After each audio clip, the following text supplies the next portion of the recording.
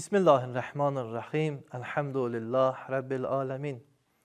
Əziz izləyicilər, əziz iman əhli, hər birinizi ilahi xitablar verilişindən salamlayıram. Gününüz xeyirli olsun inşallah. Mövzumuz Qur'an-ı Kərimdə yer alan iman gətirənlərə xitab barəsindədir. Ötən bəhslərdə dediyimiz kimi Qur'an-ı Kərimdə ən çox işlənən xitab Yə əyyuhəl-ləzinə əmənu xitabıdır. Bu xitab vasitəsilə Allah Teala müsəlmanlara müəyyən məsələləri çatdırmışdır. Bugünkü verilişimizdə istərdim bu barədə biraz geniş formada siz əzizlərlə müzakirə edib. Bildiyimiz kimi Həzrət Peyğəmbər 23 il müddətində Allahın dinini insanlara çatdırmışdır. Həzrət Peyğəmbərin bu 23 illik mübarək ömrü 13 illik Məkkədə keçmişdir. Yəni ilk risalət məntəqəsi, beşiyi Məkkə şəhəri olmuşdur. Və Həzrət Peyğəmbər 13 il burada Allah Taala'nın kəlamını, sözünü, göstərişini insanlara çatdırmışdır. Və 10 ilini isə Mədinə şəhərində keçirmişdir. Buna görə də Quran elmlərində surələri iki hissəyə bölüblər. Məkkədə nazil olan surələr, Mədinədə nazil olan surələr. Ümumi olaraq hər bir surə ki, Məkkədə nazil olub, ona Məkki surəsi deyiblər və Mədinədə nazil olanlar isə mədəni surələr adlandırılmışdır. Rəvayətlərdən alınan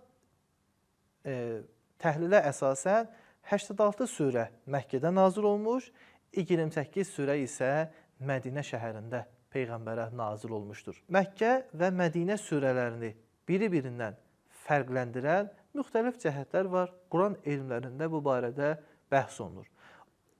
Onlardan biri də, yəni Məkkə və Mədinə surələrini biri-birindən ayıran fərq həmən bu Yə əyyuhəl-ləzinə əmənu xitabıdır. Alimlərin görüşünə əsasən və bir çox rəvayətlər də bunu təsdiqləyir. Yə əyyuhəl-ləzinə əmənu cümləsi ilə, nidası ilə başlayan ayələr Mədinədə nazil olmuşdur. Yəni, hansı surədə biz görsək ki, ey iman gətirənlər ayəsi var, bu surə Mədinədə nazil olmuşdur. Bəli, bəzi yerlərdə ey iman gətirənlər ayəsi olsa da, surənin əksər ayələri Məkkədə nazil olmuşdur. Lakin ümumi olaraq bu, demək olar ki, bir çox alimlərin, müfəssirlərin yanında qəbul olmuşdur ki, harada ey iman gətirənlər ayəsi varsa, bu Mədinədə nazil olan ayə və surədir. Demək, ey iman gətirənlər ayəsi Həzrət Peyğəmbərin risalətinin 2-ci ilində nazil olan ayələrdir. Yəni, hicrətdən sonra nazil olan ayələrdir Mədinə dönəmində. Bu ayələrin ümumi olaraq biz istəyək ki, başa düşək, heç şübhəsiz bu məsələyə diqqət etmək lazımdır ki, Məkkədə Həzrət Peyğəmbər müxatəbi adətən müşriklər, kafirlər, kitab əhli və digər dinin nümayəndələri idi.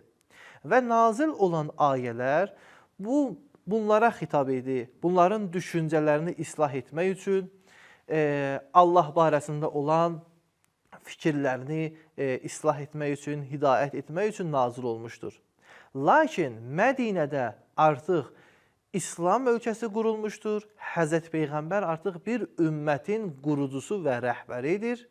İslam hökuməti qurulandan sonra Allah Teala möminlərə xitab edərək onlara müəyyən göstərişlər verilmişdir. Demək, Yə əyyuhəl-ləzinə əmənu xitabının arxasında mədəni bir göstəriş var. İnsanın yaşam tərzinə uyğun bir göstəriş var. İnsanın imanını imtihan edən, sınaqdan keçirə biləcək bir göstəriş var. Məkkə surələrində hələ ki, dediyim kimi, möminlərə xitab olunan bir ayə yoxdur. Yalnız müşriklərə, kafirlərə, kitab əhlinə və digər nümayəndələrə, dinin nümayəndələrinə olan xitablardır. Bəs nə zaman iman əhlinə Allah Teala xitab edib? Heç şübhəsiz Mədinədə.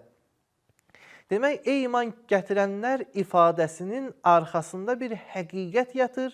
O həqiqətə təslim olan həqiqi mümin allanır. Bu məsələyə insan tam olaraq diqqət etməlidir ki, ey iman gətirənlər ayəsinin müxatəbinin hamısı həqiqətən də iman gətirən deyil. Bəlkə iman gətirdiyini iddia edən şəxslərdir. Yəni, belə deyil ki, harada biz Yə əyyuhəl-ləzinə əmənu ayəsini görsək, bu nəticəni almalıyıq ki, bəli, o dönəmdə hər kim ki, bu ayənin müxatəbi idi, hər kim ki, bu ayəni eşitmişdi, o iman əhli idi, Allaha iman gətirmişdi. Xeyr, bəlkə bu onların iman cərgəsində durduğunu, bu ayədən sonra bəlli olacaq ki, bu həqiqətən də doğru cərgidə durub, öz mərifətinə, qəlbinin imanına əsasən iman gətirib, yoxsa xeyr.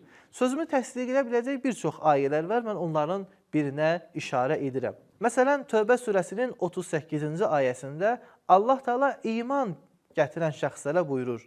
Ey iman gətirənlər, sizə nə olub ki, Allah yolunda döyüşə çıxın deyildikdə yerinizdə qaxılıb qalırsınız.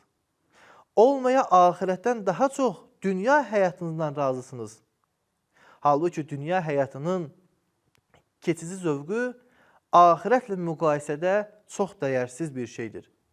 Demək olar ki, bir çox müfəssirlərin, görkəmli müfəssirlərin nəzərinə əsasən, oxuduğum Tövbə surəsinin 38-ci ayəsi Hicrətin 9-cu ili nazil olmuşdur. Təbuk döyüşü barəsində. Yəni, artıq burada Mədinə şəhərində müsəlmanlar idi. Lakin Allah Teala ey iman gətirənlər deyə müraciət edərək, elə bir şeyi bunlardan tənqid edir, qınayır ki, bu imanla heç bir formada uyğun, üst-üstə düşmür. Yəni, bunlar necə iman gətirmişlər ki, hələ indiyə qədər Allahın və onun rəsulunun sözündən baxmırdılar? Allah və onun rəsulu bunları döyüşə çağırır, bunlar isə ayənin sözünə desək, yerə qaxılıb qalırlar.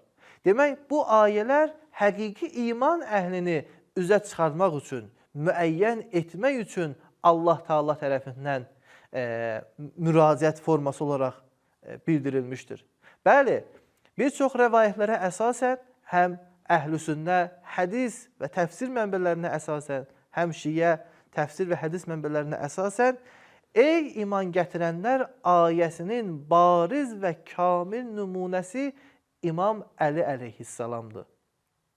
Peyğəmbərdən gələn rəvayətə əsasən, Həzrət Peyğəmbər Allahın ona və ailəsinə salam və salavat olsun buyurur ki, Ma ənzəlallah ayətun fiha yə əyyuhəl-ləzinə əmənu illa və aliyyin rəsiha və əmirəha. Allah Teala elə bir ey iman gətirənlər ayəsi nazil etmədi ki, onların başında, onların əmiri Əli ibn Əbi Talib olmasın. Yəni, həqiqi iman gətirən, doğru iman gətirən, mərifətə əsaslanaraq iman gətirən Həzrəti Əli ibn Əbi Talibdir. İmanın mənşəyi, İslamın mənşəyi, digər insanları imana tərəf, İslama tərəf dəvət edən Əli ibn Əbi Talibdir. Bəli, bu ayələrin ən başlıca nümunəsi Həzrət Əlidir. Amma belə deyil ki, bu ayənin müxatəbi, yəni burada yer alan göstəriş Əli ibn Əbi Talib barəsindədir. Xeyr, göstəriş digər iman əhlinin, iman iddia edənlərədir. Amma iman əhli Əli ibn Əbi Talib barəsindədir. İnşallah gələn verilişdə Bəqərə surəsinin 104-cü ayəsində keçən Yə əyyuhəl-ləzinə əmənu ayəsi barəsində inşallah sizlərlə müzakirə edəcəyik. Əssalamu aleykum və rəhmətullahi və bərəkətuhu.